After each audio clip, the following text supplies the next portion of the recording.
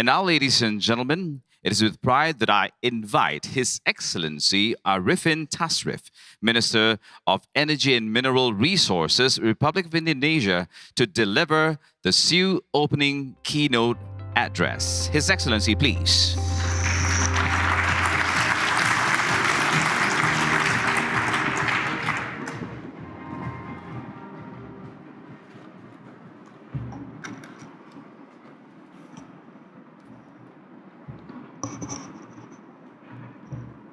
Minister of Trade and Industry of Singapore, Excellency Mr. Gan Kim Yong, distinguished speakers, guests, ladies and gentlemen, good morning.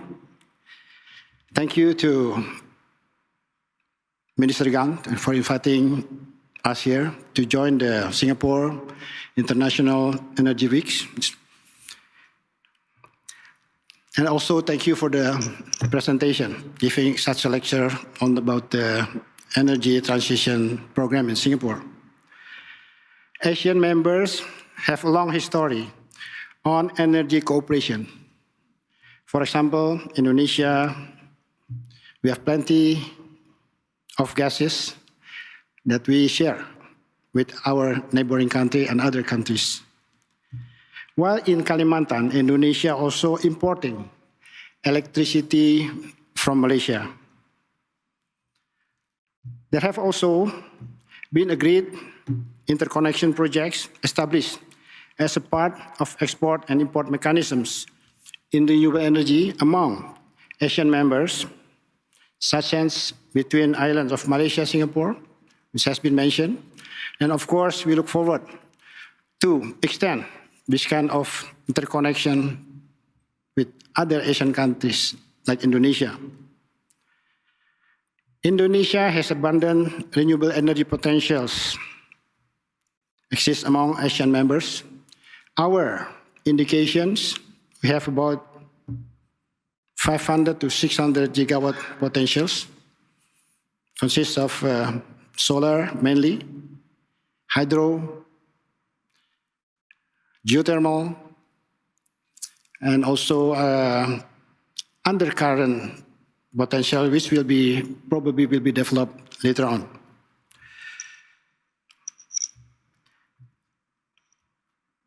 This extraordinary potential of renewable energy will ensure a long-term energy security. We have a strong commitment to meet the 23% renewable share in total primary energy supply and 35% renewable share in ASEAN installed power capacity by 2025 under ASEAN Plan of Action of Energy Cooperation, or APEC, and towards of net zero emission. These targets will be easily met with a strong commitment from ASEAN members to jointly integrate strategies and initiatives on clean and renewable energy development, because this is the solid foundation for a successful transition to a more sustainable future, which is crucial for our next generation. Renewable energy development and energy transition towards low carbon energy among Asian countries certainly require energy infrastructures and technology. By enhancing the infrastructure, such as grid interconnection, ASEAN would have the opportunity to optimize the utilization of the renewable energy source. Regarding the energy infrastructure, Indonesia is planning to develop such kind of supergrid called a Nusantara grid, starting after 2025. The idea is based on the fact that Indonesia is an archipelagic country and need to provide energy access to local people. The supergrid is also intended to address mismatch between renewable energy resources and the location of high electricity demand area. We highly expect that in the future, ASEAN countries can be connected to each other under the ASEAN power grid to create regional economic area that is highly competitive in the fields of infrastructure development, energy cooperation, and ICT, as well as toward net zero emission. Clean and renewable energy resources also play an important role for Indonesia in supporting our target to achieve 100% electrification ratio throughout the country. Indonesia has abundant renewable energy resources, especially in the eastern part of the archipelago. By utilizing this potential, we seek to increase the electricity supply to meet the increasing demand. Having enormous renewable energy potential, Indonesia is also committed to support other Asian members who are seeking renewable energy resource for the domestic needs. One of the renewable energy plan being discussed is renewable energy export from solar PV to fulfill electricity needs in Singapore. Today in the afternoon, I'm happy to join the signing ceremony of the joint development agreement between Singapore and two companies from Indonesia. Implementation of appropriate technologies is also needed, not only to maintain and improve supply reliability and efficiency, but also to integrate renewable energy and anticipate the intermittent nature of renewable energy from solar and wind.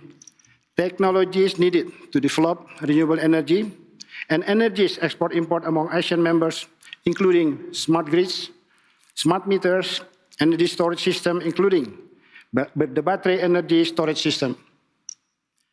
The use of appropriate technology will also contribute in improving the economic viability on clean and renewable energy development in terms of energy supply.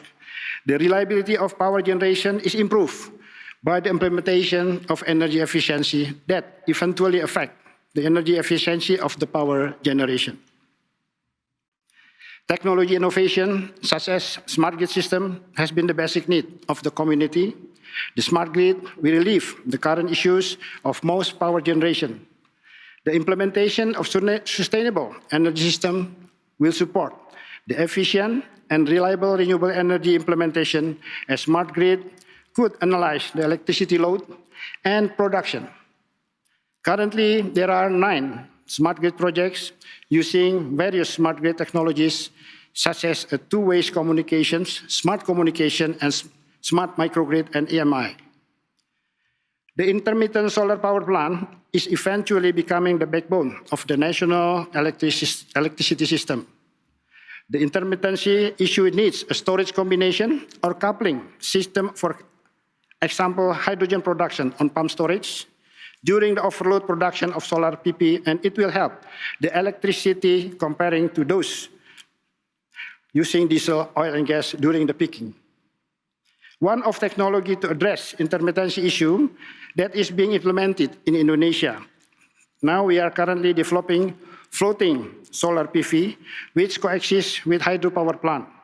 The project located in Cirata Dam, floating solar PV, we build right now in under construction with capacity of 145 megawatt, which is recently, we thought it is the largest floating solar PV in Asia. Besides that, we also have potential about 2.28 gigawatt of dam surface, lake surface, to be installed with the solar floating panel. Distinguished speakers, participants, ladies and gentlemen, formulating the right strategy, policy, and regulation for low-carbon energy future is very crucial, and this will create strong energy security. For the short term, I propose that we have to improve the generation system by using low-emission technology. Second, avoiding emission by using carbon capture storage technology and supporting the development of renewable and clean energy. Financing, not only from the government and financial institution, but also from private sector, is also an important aspect in increasing and accelerating the low-carbon energy implementation. A better policy and regulation are needed to create a good climate for investment. We are striving to achieve that by simplifying and streamlining regulatory framework. Indonesia, for example, ministerial regulation on rooftop solar PV was issued to regulate the implementation of net metering scheme as an incentive to people installing rooftop solar PV. Carbon tax policy is intended to control the increase of greenhouse gas emission and change the behavior of economic activities that are potential to generate GHG emissions. The carbon tax, cap and tax, will be implemented on a limited basis to coal-fired power plants starting by April 1st, 2022. To conclude my speech, for sure, there are so many challenges ahead, and we need to strengthen collaboration among countries in the region to ensure that all countries with their respective potential could be utilized in achieving just energy transition that will provide a better future for ASEAN region. I highly appreciate Singapore for continuing the initiative of Singapore International Energy Week. I'm looking forward to cooperating with Singapore all through shared technology, financial cooperation, and as well as capacity building to achieve availability, accessibility, affordability, and sustainability of energy. Together, we must work hand in hand to create a better, a cleaner, and greener future for our young generation. Thank you.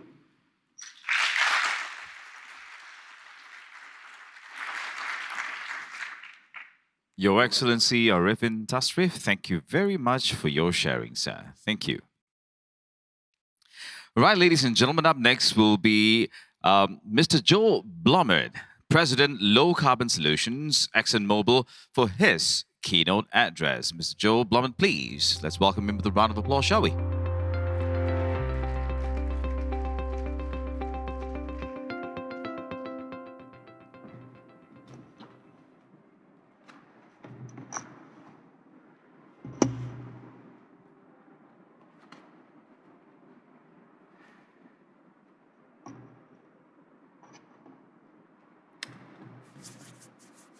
Good morning, everyone, including those of you who are joining us virtually.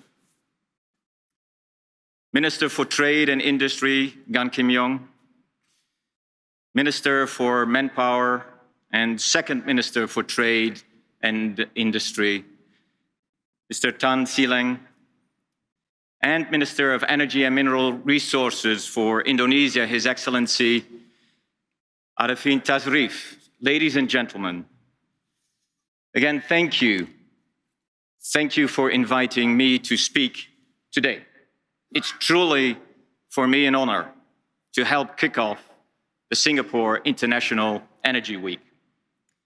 What you may know is that my wife, Margie, and I actually lived here in Singapore for almost 5 years, from 2014 to 2019.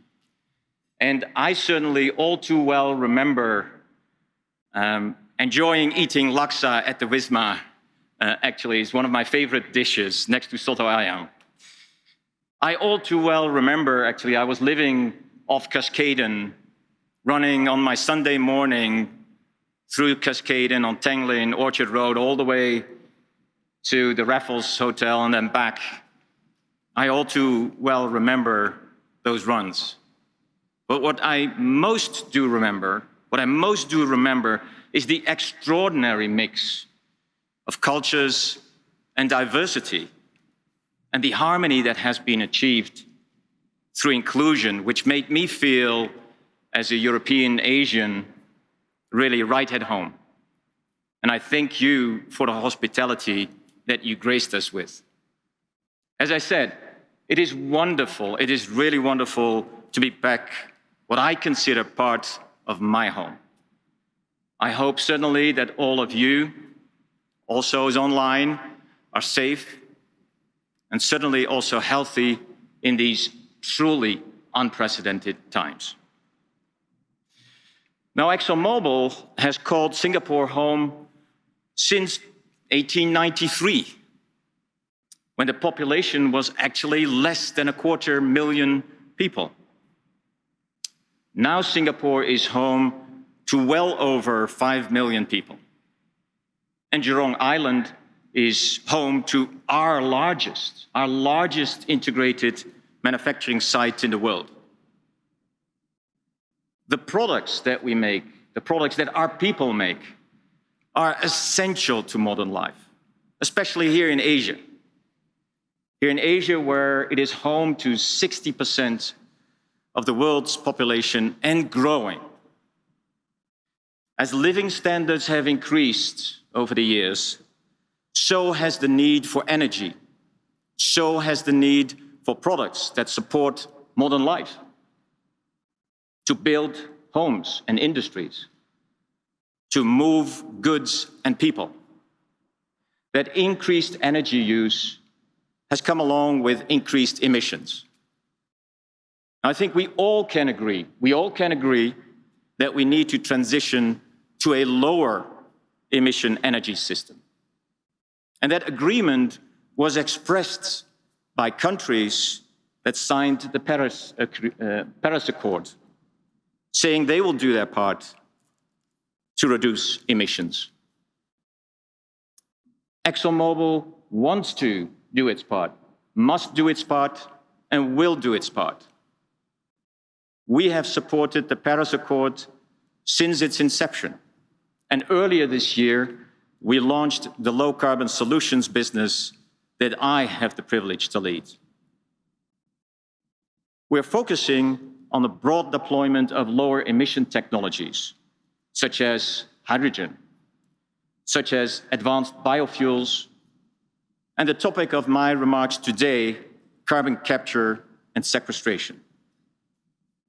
Now, ExxonMobil believes, I believe, an all-of-the-above approach is necessary to meet the goals of the Paris Accord. We are a major buyer of wind and solar power. Absolutely renewable energy is part of that solution.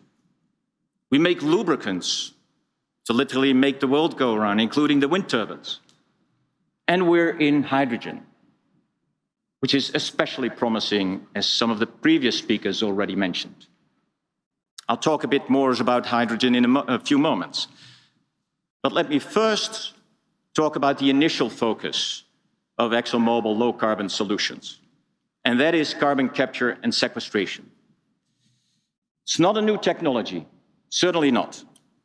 And I'm very excited about the potential of broad deployment around the world to reduce emissions on a large scale, all over the world, starting now. Now, we all want to see a world with fewer carbon dioxide emissions, as I mentioned. And the fastest way to focus is on where the majority of the emissions come from, which is industry and power generation. Now, together, these two sectors, the International Energy Agency says that about 2/3 of the world's energy-related CO2 emissions are generated by these two sectors. And both the industry and power generation are critical for modern life. They provide what we now take for granted, like steel and cement, to build the buildings where we live, where we work, the roads that we use on a daily basis. Every ton of cement that is produced creates nearly a ton of carbon dioxide. Every ton of steel creates almost 2 tons of carbon dioxide. And even when you would electrify, it still would generate carbon dioxide due to the inherent production process. Industry and power generation also provides the energy we use to heat and cool those buildings, to fuel cars, buses, trains, and planes, and helping us live comfortably and safely. And these industries create building blocks, which you see behind me, thousands of products that we use to make our lives easier. And look around you. I see here examples, the textiles that you're wearing. This tool phone. Actually, as I'm just looking is whether Margie is texting me and whether she's safe. But look at the phone, pick up your phone. Look at your phone. Where's the casing made of? Where's the screen made of? The internals of your phone. All of these are produced by high energy intensive manufacturing processes. And I'm certain that, is there anyone that wants to give up these modern tools of life? Is there anybody? We have to generate solutions.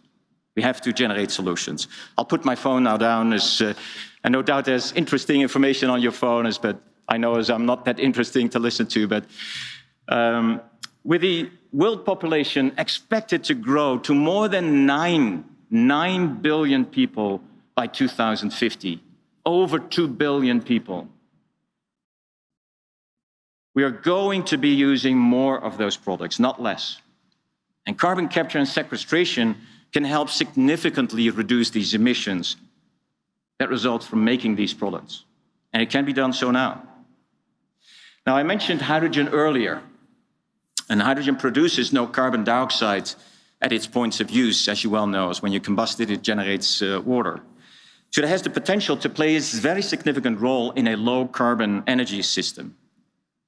And ExxonMobil knows how to produce hydrogen. We're already making more than 1 million tons at our sites around the world, and we're looking ways to scale up that production.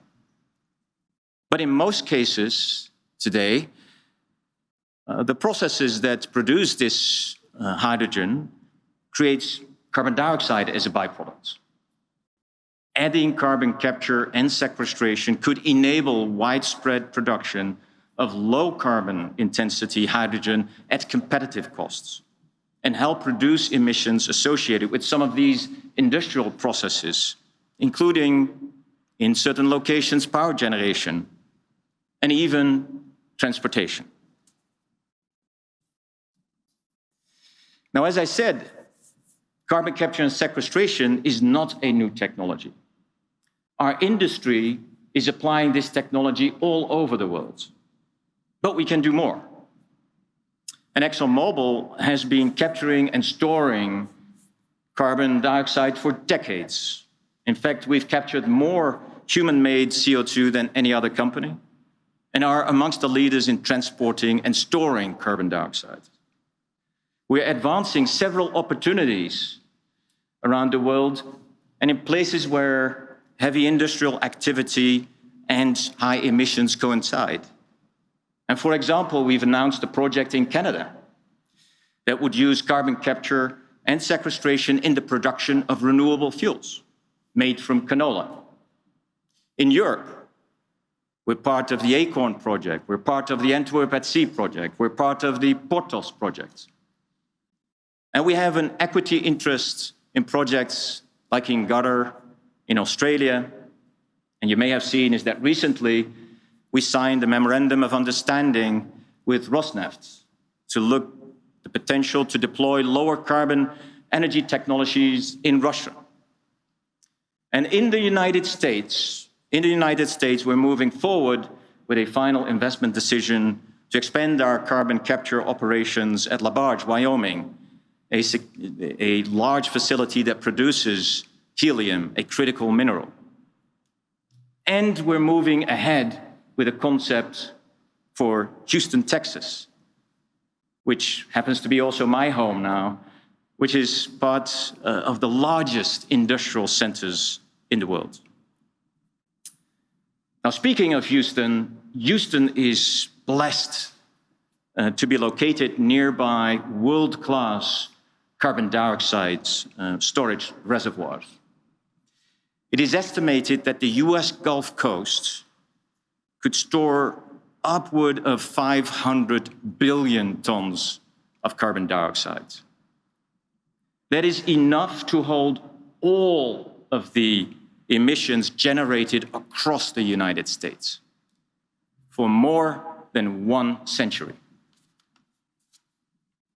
Now, that is why ExxonMobil has proposed this massive concept for the Houston industrial area that could capture and permanently store about 100 million metric tons of carbon dioxide annually by 2040. And to put that in perspective, 100 million metric tons of carbon dioxide, that equates to the amount of about 120 million acres of forest. 120 million acres of forest. That is 1.5 times the size of Malaysia. And just last month, you may have seen that, 11 companies, including ExxonMobil, announced their support for such a large-scale deployment of CCS in the Houston area. And we're excited with that kind of collaboration across the industry. We are excited to get started. And actually, more companies have come forward to express their support. Now, similarly, there is a tremendous, tremendous opportunity here in Asia. But Asia will need a different model than Houston. According to the International Energy Agency, industrial carbon dioxide emissions in this region, in Asia, and this was in 2019, exceed 4 billion tons per year. 4 billion tons of industrial emissions in 2019. A recent study by the Singapore Energy Center estimated that there are nearly 300 billion tons of storage capacity in the Southeast Asia region. And the map behind me shows a subset of those storage locations. Now, unlike in Houston, the storage capacity is not close to the area with the highest emissions. And that's why we have been studying the concept of placing carbon dioxide capture hubs in some of the Asia's heavy industrial areas, such as here in Singapore, and then connecting them to those carbon dioxide storage locations elsewhere in the region. And this would create a regional network that would connect high-emitting industry to world-scale storage.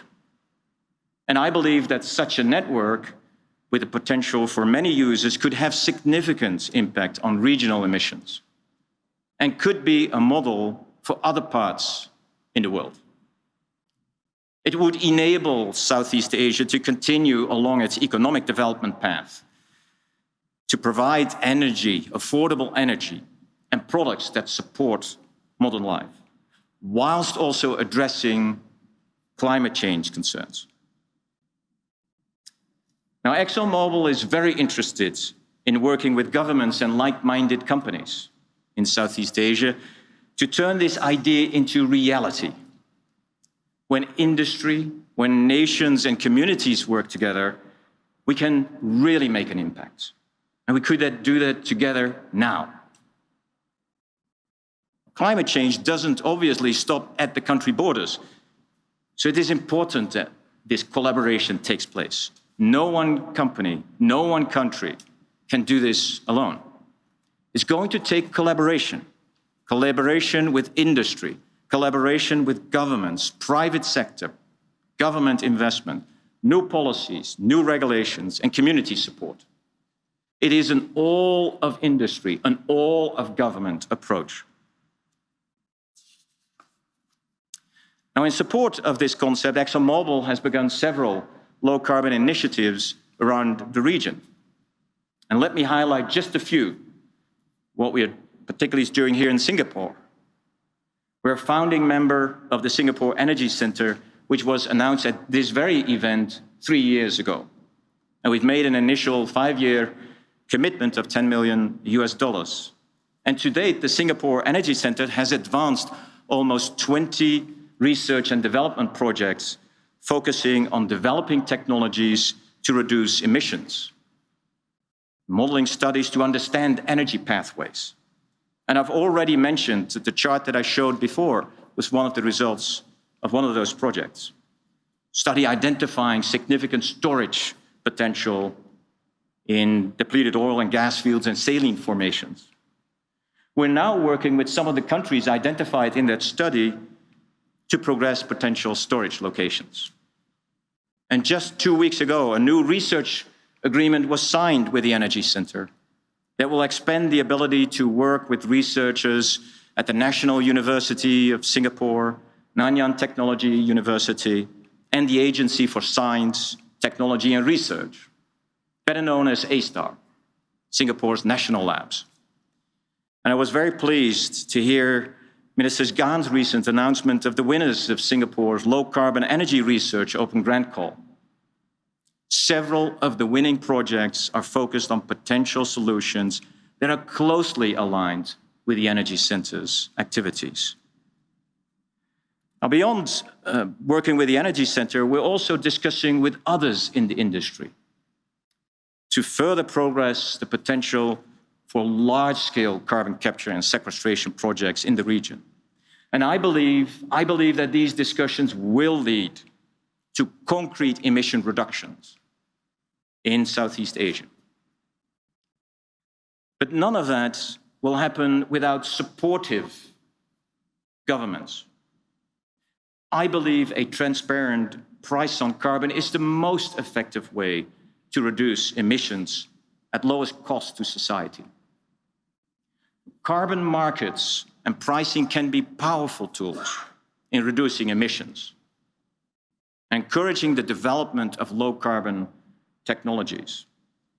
A transparent carbon price would drive demand for lower emission goods and services. Companies would have a clear and immediate financial incentive to attract public and private investments to lower their emissions. And the pricing systems that we've seen so far cover only some parts of the globe. As you can see on the chart, they vary significantly in value. And they're not all sufficient to attract investment. There is the European Union emission trading system. Several countries have implemented a carbon tax or a performance standard like a low-carbon fuel standard. Or even there's a reverse auction system that is implemented. Because much of the world does not have sufficient carbon pricing, there's a risk that some of the operators will actually move to countries where there is no pricing of emissions yet. And that is why ExxonMobil supports harmonizing systems across country borders. And obviously, emissions are emissions, regardless of where they are originated. Now, we recognize there are challenges as the world navigates the transition to a lower emission energy system.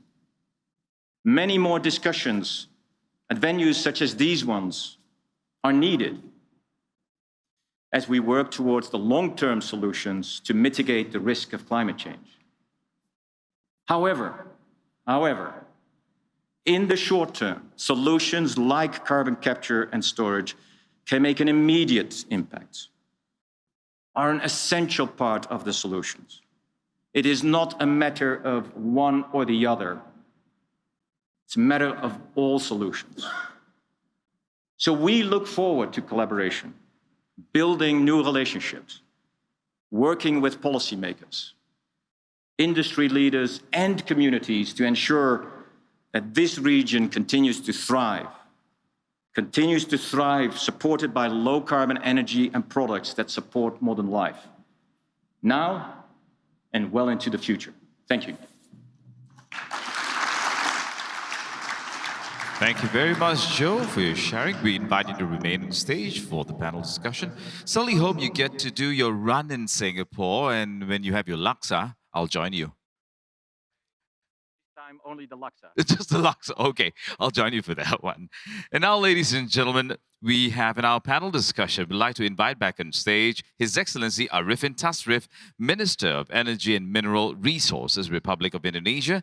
And moderating this panel is Mr. Valentin D. Miguel, Senior Managing Director and Strategy and Consulting Lead, Growth Markets, Essentia. They're going to be making their way up on stage. And of course, at this point in time as well, ladies and gentlemen, for those of you joining us in the virtual world, we'd like to remind you to pose your questions on the Q&A tab right there. And of course, navigate through the exhibitions right there in our app as well. Lots to show you in the app, ladies and gentlemen, so do pose your questions there as well. Good to see you again, sir. The show is yours. So, good morning. Morning. Morning. Thank you for joining us today physically. That's highly appreciated. And congratulations for two fantastic, I must say, and insightful keynote speeches. We all have enjoyed listening to how two prominent and leading organizations in the global arena are tackling the energy transition. But now, let me kindly ask you to elaborate, further elaborate on some of the topics that you have raised in your speeches, please. And may I ask with you, Minister Arifin? Yes. You have featured prominently the topic of collaboration in your speech, similarly to Mr. Gan and Joe. And certainly collaboration is one of the topics that is highlighted in every discussion in energy transition.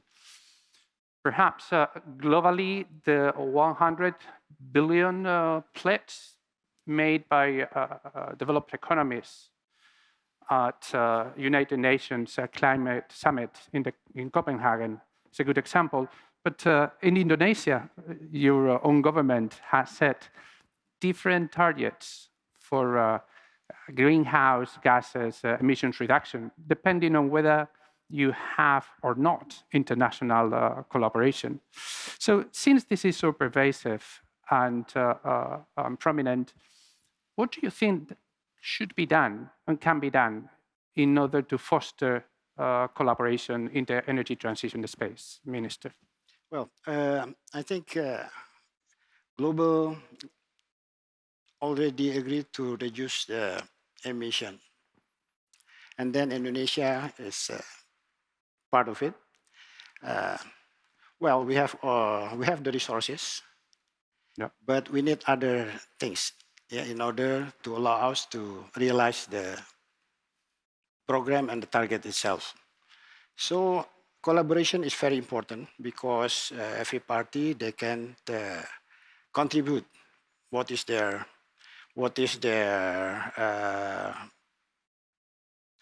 more stronger and what is lesser. So we have to get together. We do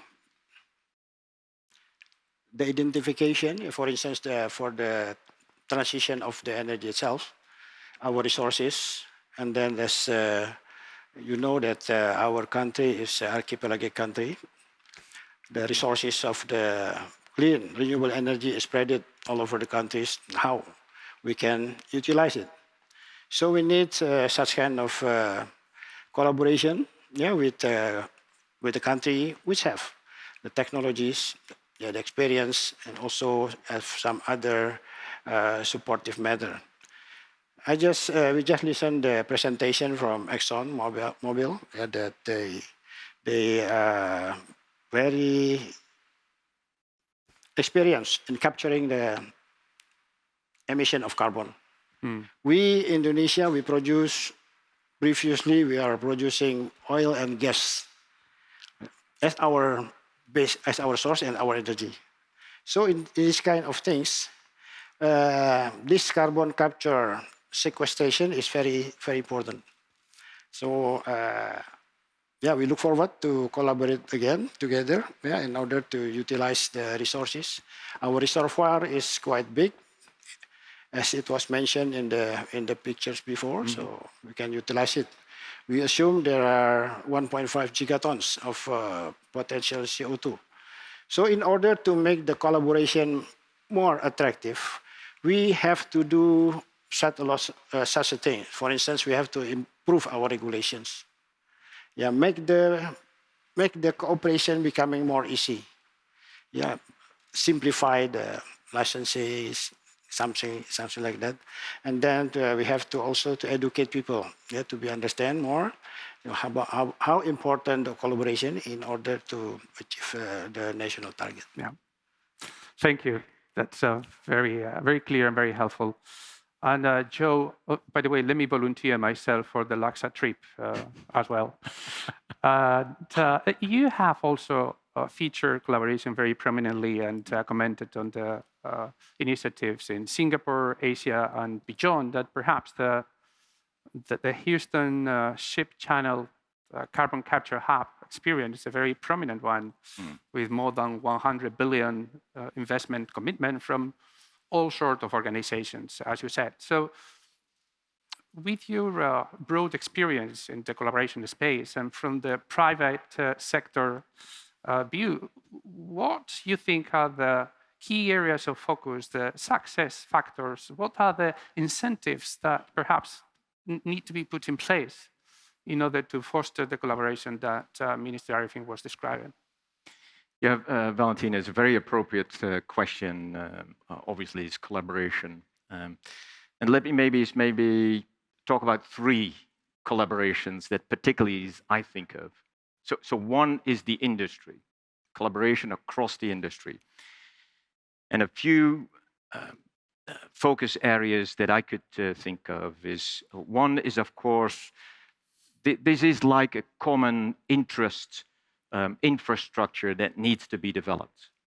And so it's collaboration across the industry would be needed. To do that actually is at the lowest cost possible to society, rather than having each company develop their own pipelines and each company goes and work all of the storage options. So how could you create that infrastructure, just like how other infrastructure projects have been developed? The other aspect is how the business model would work, and particularly in terms of transportation and storage. You know, across that value chain is how would that work, and how is risk, financial risk, also operational risk, is appropriately managed. I also think I can imagine that rate and pace could be different for companies. And there are companies that likely will be fast followers. There's companies like us, we want to lead in that. So it's how would you then organize that? So that's, I think, is some thoughts from a business point of view. When I think about collaboration from a government point of view, then I think, obviously, as I mentioned, I think about policy. And maybe a couple of features that I think of policy. I think of market-driven policy.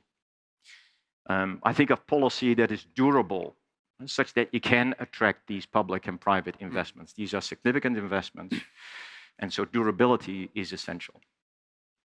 The concept of the greatest emissions reduction at the lowest cost. A level playing field, technology agnostic, I think is very important, particularly to do that at the lowest cost to society, to do that at the fastest timeline and have the biggest impact. And lastly is regulations. Regulations to do that in a safe manner. The industry knows how to do that. Appropriate regulations need to be put in place. So that's the second collaboration that I could see. And then the third collaboration is with communities and societies. These infrastructure projects are large. They may cause disruption. So it's working and collaborating with communities is essential. It creates, obviously, jobs. So there are educational opportunities. So that part of the infrastructure needs to be created. Improvements in air qualities that can be achieved, for instance, with carbon capture and sequestration. Those are some of the aspects, actually, of collaboration that I could see, Valentin. Thank you, Joe. And this comment about collaboration with communities is an unscripted, nice segue to my next question, Minister Arifin. Because let me switch gears. Because one of the imperatives of the energy transition is to deliver a just transition, not leaving people behind and supporting those parts of our society and the communities that are going to be negatively impacted by this new technological, economical, social paradigm. In this part of the world, probably the coal economies and communities are a good example. But simultaneously, energy transition is creating good job opportunities, and the green economy is creating good job opportunities, especially for the young generation to lead this new low-carbon environment. So how is your government tackling this social aspect of the energy transition? Yeah. Thank you. We just prepare our grand strategy energy national. We indicate that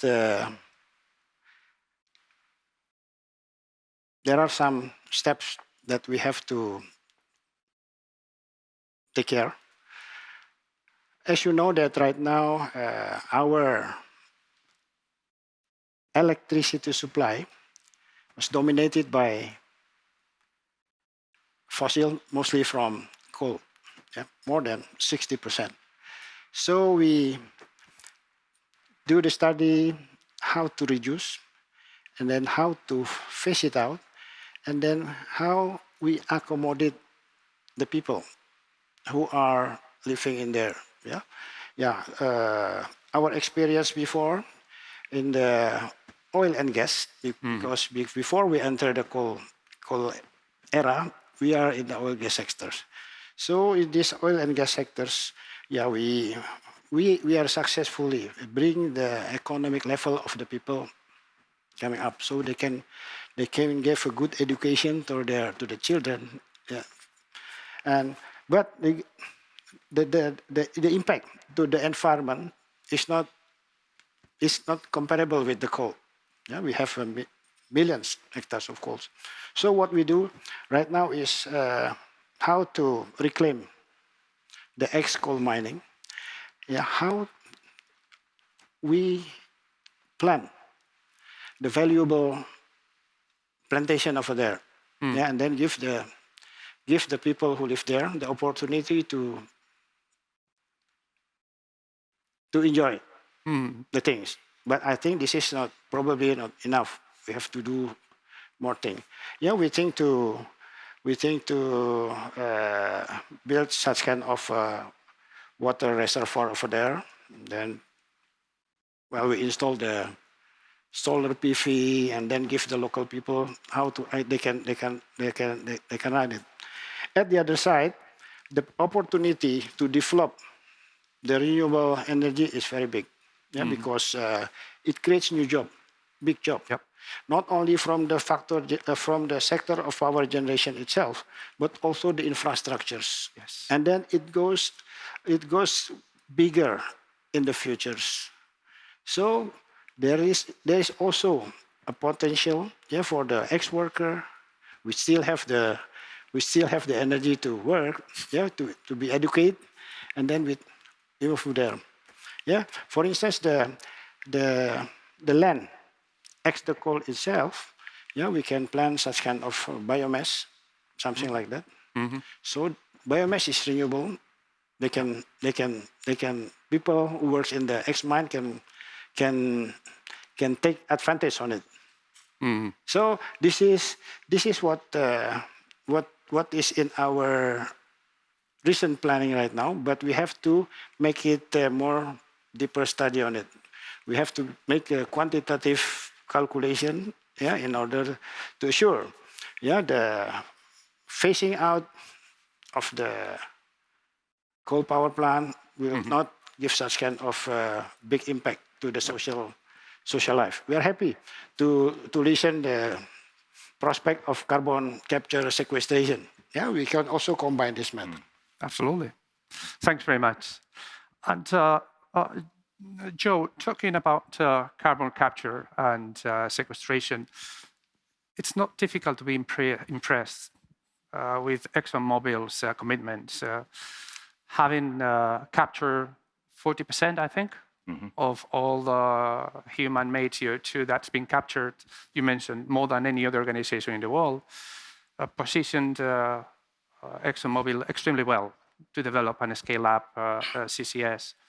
And actually, the commitment that you've made to invest $3 billion in LCS technologies is no joke. But let me be a little bit provocative, if I may, Joe. I'm not certain, Valentin.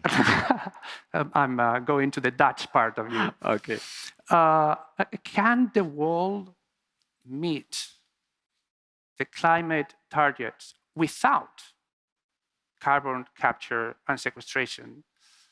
And if we cannot, is CCS ready for, let me say, prime time? Is it financially viable? Or if not, when is it going to be viable in your view? Appreciate, again, is the sensitivities on carbon capture and sequestration. And I don't mind having a provocative question. So I'll be provocative back to you. And then I'll explain my answers in a minute. So the answer is no. The second answer is yes. And the two other answers are depends.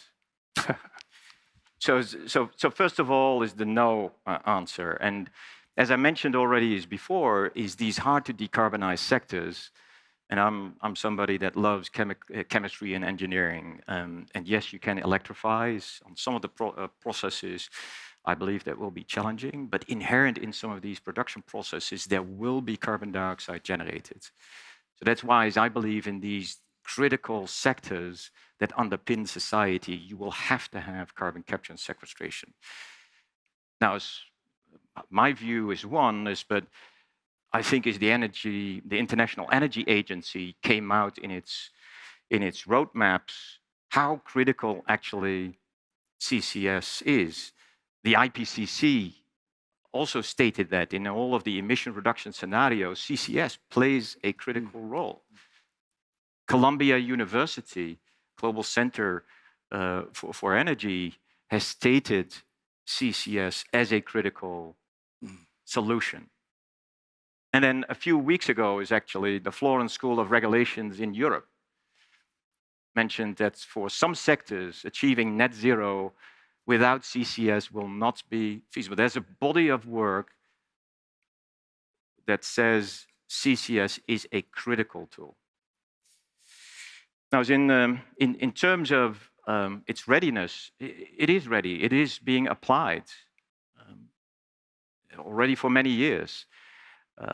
And several projects are being developed and are being progressed, as we already mentioned before, around the world with industry collaborations.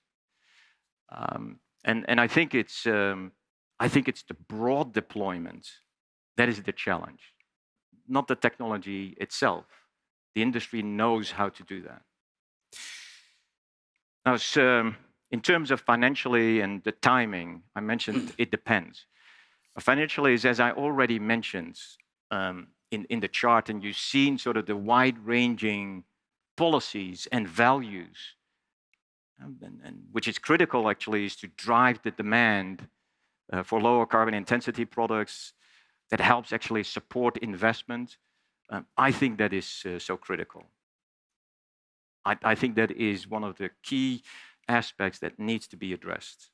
And therefore, the timing depends. The timing depends on how quickly industry, government, and society can actually drive that collaboration forward. And I can think of that can be done. And that is seen in some parts of the world where actually that environment is conducive for investment. So I think that can be done. It is the matter of collaboration of industry and governments, all of government and industry.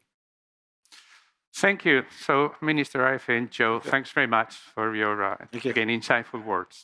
Thank you. Thanks for your attention. Thank you. Thank you. Thank you, gentlemen, for your session with us. Thank you very much.